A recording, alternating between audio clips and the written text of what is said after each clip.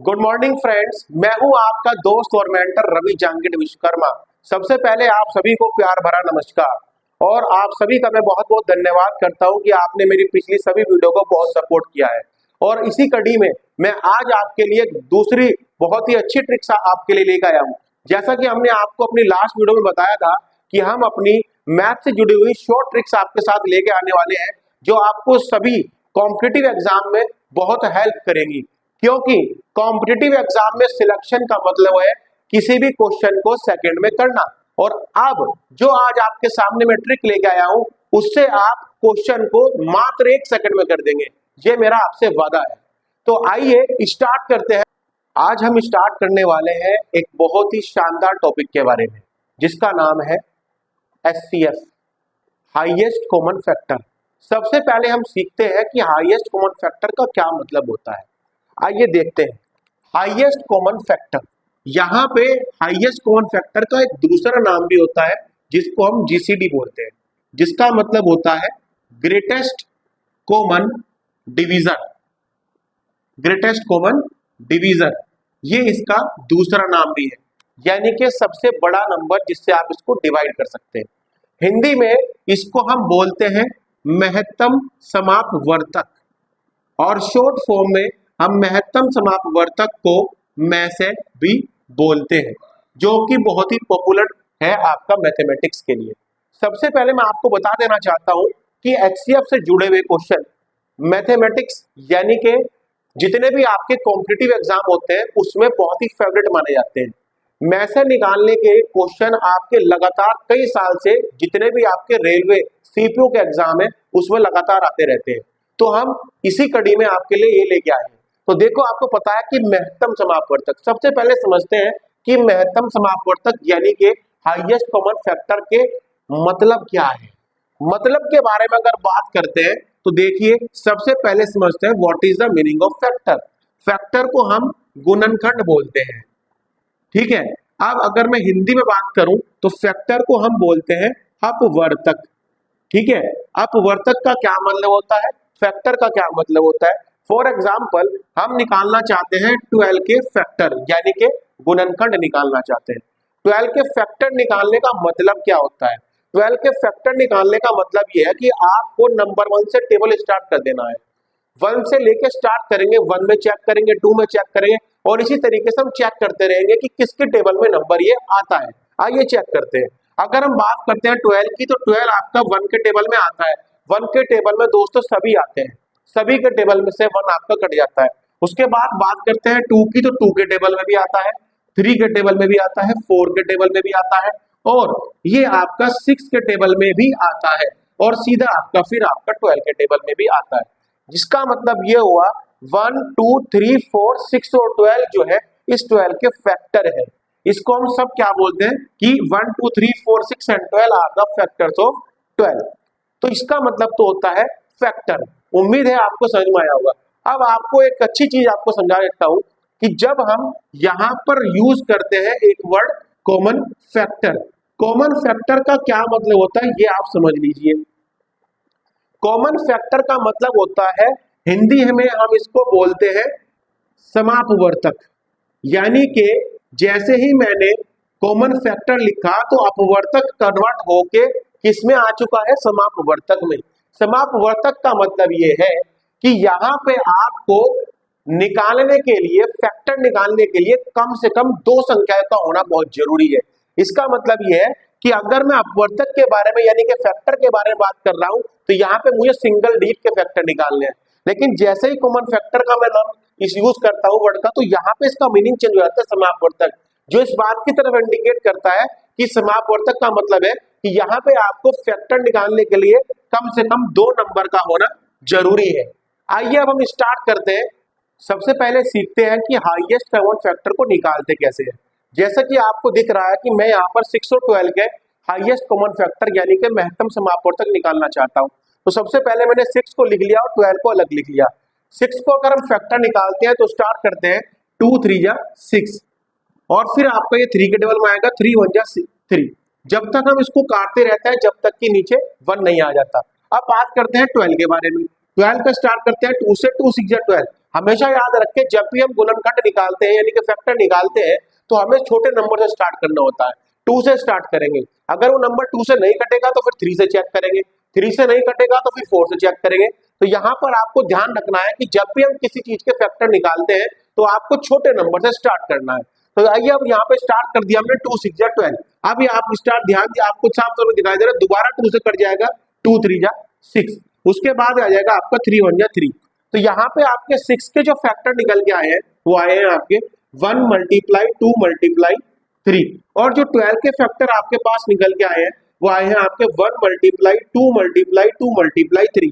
जैसा कि आपको पता है हम यहाँ पर बात कर रहे हैं कॉमन फैक्टर के बारे में, और वो भी हाईएस्ट के बारे में। सबसे पहले सीखते हैं कॉमन फैक्टर का मतलब क्या होता है। जैसा कि आपको दिखाई दे रहा है यहाँ पर आपका 1 कॉमन है तो इसका एक 1 आ गया नीचे, जैसा कि आपको दिखाई दे रहा है यहाँ पे एक 2 भी कॉमन है तो इसका एक 2 भी नीचे आ गया, और यहाँ पे आपको दिखाई दे रहा है कि 3 भी कॉमन है तो इसका एक 3 भी नीचे आ गया। तो अगर हम बात कर रहे हैं इसके एचसीएफ यानी कि हाईएस्ट कॉमन फैक्टर के बारे में, तो जो चीज आपकी कॉमन है इसीलिए इसको हम कॉमन फैक्टर बोल रहे हैं। ये हमने कॉमन फैक्टर लिख दिए, और कौन से कॉमन फैक्टर लिखे हैं जो उनसे आपके इसमें आ रहे हैं, और आप इन सबको मल्टीप्लाई कर देंगे तो आपका एचसीएफ यानी कि हाईएस्ट कॉमन फैक्टर निकल के आ जाएगा, और वो आएगा आपका 6। और ये बहुत ही बेसिक मेथड है, ट्रेडिशनल मेथड है, जिससे हम बचपन में एचसीएफ निकालना सीखते हैं। लेकिन अगर हम किसी भी कॉम्पिटिटिव एग्जाम में सिलेक्ट होना चाहते हैं तो हमारा इस ट्रेडिशनल मेथड से काम नहीं चलेगा। इसीलिए मैं आपके सामने बहुत ही शानदार ट्रिक लेके आया हूं। इसका मतलब ये है कि आज के बाद आपको इस ट्रेडिशनल मेथड का यूज नहीं करना है। किस चीज का यूज करना है आइए देखते हैं। अब हम आपको बताते हैं कि किस तरीके से आप 1 सेकंड में, सिर्फ 1 सेकंड में एचसीएफ निकालना सीखते हैं। आप देखिए, मेरे को निकालना है 6 और 12 का हाईएस्ट कॉमन फैक्टर। कुछ नहीं करना है, जो 2 नंबर आपको दिए गए हैं आपको उसके बीच का डिफरेंस निकाल देना है। 6 और 12 के बीच का डिफरेंस आपका 6 है, और 6 चूंकि डिफरेंस है तो आइए ये चेक करते हैं कि क्या 6 के टेबल में ये दोनों नंबर आते हैं। तो साफ तौर पे आपको दिखाई दे रहा है कि 6 के टेबल में 6 भी आता है और 6 के टेबल में 12 भी आता है। अब क्योंकि 6 के टेबल में दोनों आते हैं तो यही आपका एचसीएफ हो जाता है। और ये देखिए, मैंने आपको बता दिया किस तरीके से सेकंड में आपने इसका आंसर निकाला। ध्यान रखना, आज के बाद आप ट्रेडिशनल मेथड भूल जाएंगे, और ये था आपका बहुत ही शानदार तरीका। आइए एक और क्वेश्चन देखते हैं। फॉर एग्जाम्पल, अगर हम निकालना चाहते हैं 4 और 8 का एलसीएम, फॉर एग्जाम्पल हम निकालना चाहते हैं 4 और 8 का एचसीएफ, तो क्या करेंगे? कुछ नहीं करना, आपको पता है कि 4 और 8 के बीच का डिफरेंस कितना है, 4 है, और चेक करेंगे क्या 4 के टेबल में 4 और 8 आते हैं। बिल्कुल आते हैं, 4 के टेबल में 4 भी आता है 8 भी आता है, तो इसका मतलब क्या हुआ, ये इसका एचसीएफ हो गया। और मैंने आपको कहा था कि 1 सेकंड आप नहीं लगाएंगे इस क्वेश्चन को करने में। अब आप मेरे से पूछेंगे कि सर ये तो 2 नंबर वाली बात थी, अगर 3 डिजिट हो तो क्या होगा। आइए अब ये हम बात करते हैं ऐसे नंबर के बारे में जब आपको 2 से ज्यादा नंबर दिए गए हो। आइए स्टार्ट करते हैं। अब आपको दे रखे हैं यहाँ पर 2 से ज्यादा नंबर 12, 15 और 21। इस केस में भी आपको वही चीज याद रखनी है जो मैंने आपको सिखाया है। बेसिक्स में मैंने आपको सिखाया है कि आपको नंबर के बीच का डिफरेंस निकालना है। इसके बीच का डिफरेंस आपका 3 है, और इसके बीच का जो डिफरेंस आपका वो है 6 है। जब आपको दिखाई दे रहा है कि 3 नंबर है और 3 नंबर के बीच में 2 डिफरेंस आ रहे हैं, तो आपको सिलेक्ट करना है छोटे वाला डिफरेंस। मेरी बात को ध्यान से समझना कि जब भी आपके डिफरेंसेस हम देखते हैं, यानी कि जब आपको मोर देन 2 नंबर दिए गए हो, तो डिफरेंस में भी आपको वो डिफरेंस चेक करना है जो सबसे छोटा होता है। और यहाँ पे आपका सबसे छोटा डिफरेंस क्या है, 3 है। तो आइए चेक करते हैं कि क्या 3 के टेबल में ये तीनों नंबर आ जाते हैं। चेक करते हैं, 3 4 12 बिल्कुल आता है, 3 5 15 बिल्कुल आता है, 3 7 21 बिल्कुल आता है। अब क्योंकि 3 के टेबल में तीनों आ चुके हैं तो यही इसका एचसीएफ होगा। अब आपको मैं एक ऐसे नंबर लेके दिखा रहा हूं जिसमें आपको 4 नंबर दिए गए हैं। देखो, जैसा कि आपको दिखाई दे रहा है कि यहाँ पर आपको 24, 60, 48 और 100 दिए गए हैं। यहाँ पर आपको 4 नंबर दिए गए हैं। आइए चेक करते हैं कि इनके बीच का डिफरेंस क्या है। अगर आप यहाँ पर ध्यान से देखें तो 24 और 60 दिखाई दे रहा है, वो कितना दिखाई दे रहा है, वो दिखाई दे रहा है आपको 36। और अगर आप 60 से 48 के बीच में बात करें तो 60 से 48 के बीच में जो आपको गैप दिखाई दे रहा है वो दिखाई दे रहा है आपको 12 का। और 48 से 108 के बीच के अगर मैं गैप के बारे में बात करता हूं तो साफ तौर पर दिखाई दे रहा है कि यह है आपका 60 का। वैसे मैं आपको बता दूं, अगर मैं इस क्वेश्चन को निकालना जा रहा हूं तो मुझे सिर्फ छोटे डिफरेंस पे ध्यान देना है। यानी कि मुझे पता था कि 60 और 48 के बीच का डिफरेंस कितना है, 12 है, तो मैं बड़े वाले डिफरेंस को कंसीडर ही नहीं करूंगा। आप कंसीडर ही नहीं करेंगे। अब क्योंकि आपको पता है कि इन दोनों के बीच का डिफरेंस क्या है, 12 है, और यही सबसे छोटा डिस्टेंस है, तो चेक करते हैं कि क्या 12 इन सबसे कट जाता है। बिल्कुल चेक करेंगे। 12 2 24, ये भी कट गया। 12 5 60, ये भी कट गया। 12 4 48, ये भी कट गया। और 12 9 108। दोस्तों ये देखिए, मैंने आपको, और मुझको पता था कि आपके माइंड में एक क्वेश्चन जरूर आ रहा होगा, और वो क्या होगा कि अगर ऐसा नंबर आ जाए कि जिसमें अगर मैं डिफरेंस निकाल रहा हूं और वो डिफरेंस से वो सारे के सारे नंबर ना कटे तो क्या होगा। आइए देखते हैं आपके दिमाग में आने वाली क्वेश्चन को किस तरीके से करते हैं। आइए हम अब यहाँ पर ले रहे हैं एक ऐसा नंबर जिसमें आपको दे रखा है 8 20 28 और 44। अब आपको पता है 8 से 20 के बीच का डिफरेंस कितना है, 12 है। 20 से 28 के बीच का डिफरेंस कितना है, 8 है। और 28 से 44 के बीच का डिफरेंस कितना है, 3। अब आपको करना क्या है, आपको करना है कि इन सबसे छोटे डिफरेंस को ध्यान देना है, जो मैंने आपको सिखाया है। बेसिक्स क्या कहते हैं कि सबसे छोटा डिफरेंस क्या है, 8 है। आइए इन दोनों को हम कंसीडर नहीं करेंगे और 8 को यहाँ पर लिख लेते हैं। अब हमें ये चेक करना है कि क्या 8 से तीनों नंबर कट जाते हैं। यहाँ पर ध्यान दें, 8 से सारे के सारे नंबर नहीं कट रहे हैं। जब कोई भी ऐसा केस आ जाए जिसमें आपका 8 से वो नंबर ना कटे तो क्या करेंगे।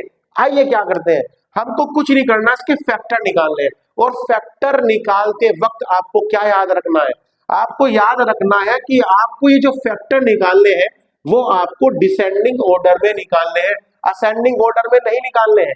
जैसे ही मैंने डिसेंडिंग ऑर्डर में फैक्टर निकाले तो सबसे पहला फैक्टर आया मेरा क्या, 4 आया। अब मैं 4 से चेक करूंगा कि क्या ये सारे नंबर कट जाते हैं। और ध्यान दीजिए 4 के टेबल में 8 भी आता है, 4 के टेबल में 20 भी आता है, 4 के टेबल में 28 भी आता है, और 4 के टेबल में 44 भी आता है।